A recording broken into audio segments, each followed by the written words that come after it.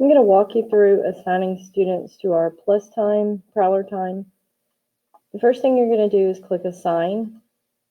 Now, in the meantime, your department chairs should have all of your events that are pertaining to you entered.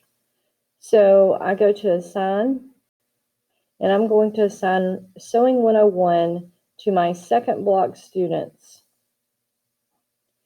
So I go through, and I'm going to assign them this on February 2nd. I'm going to assign everyone.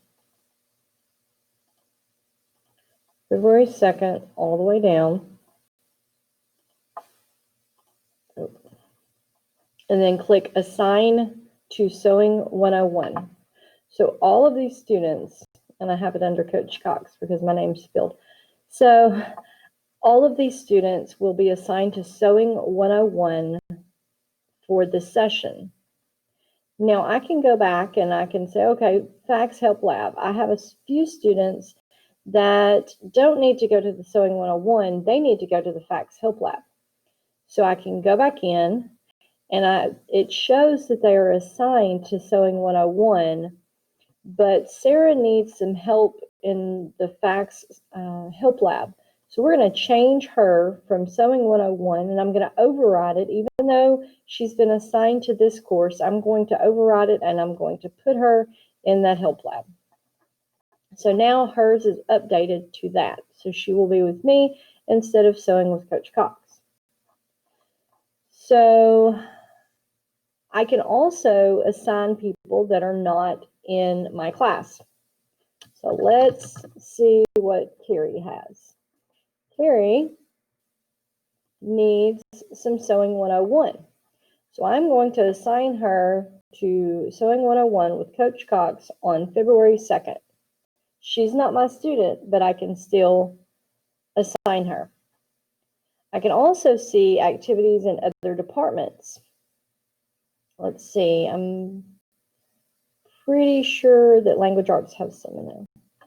So I can actually assign her to Carrie, even though I have no relation in the system. I can pull someone up and assign them to another course here using this tab. So I want to assign Carrie to Ms. Hecton's Help Lab English 3-4 on Tuesday, January 26th. So I can assign her to that event. So I go in, if I want to know what someone is assigned to, I click Locate. Let's look up Carrie and see if she was successfully assigned. Yes, Carrie is successfully assigned to Ms. Hecton's class on January 26th to the English 3-4 Help Lab. I can look up a random student in my class. Let's see what Sarah Sutton is assigned to. View her schedule. I can see all of that. Even if I did not assign her, I can see what she's assigned to. Another neat thing here is I can look up rosters. I can see that these are the people that I'm supposed to have on Tuesday, February 2nd. Wednesday, you can see that I've played around with it and assigned Kinsley to random stuff, and you can see all of these. It also has this button here that if I decide I do not want these people in my assigned class, they need to be in something else, or let's say that you assigned them to a help lab, but they've brought their grade up and they're doing well, and you want to allow them to take this day and select something on their own. You can click here and remove them, and they are now removed, and those children will be able to fill those slots with something else that they choose. You can notify the students here.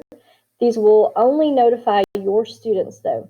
So I can notify these students that they are assigned to whatever class. Let's see if I have someone assigned this next week. It will send a notification to them for all these people. Only for my course that I'm assigned to currently. Not anything to do with Prowler time. This is my assigned students in on course. Again, rosters. You take attendance here. It has to be the specific day or the attendance does not show up. But this is how you assign people to the Prowler time.